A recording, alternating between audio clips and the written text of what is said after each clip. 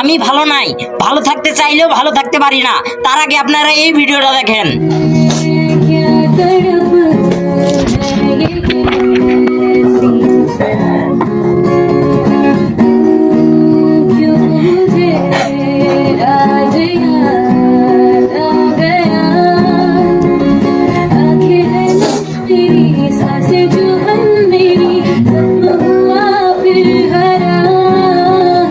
এই ভিডিওটা আপলোড করার পরে অনেকেই বলছে যে আপনার কি হয়েছে ভাই, অনেকেই বলছে এ তো পাগল, এ তো পাগলামি করতেছে। তো কারো কথাই আমি কান দেই না।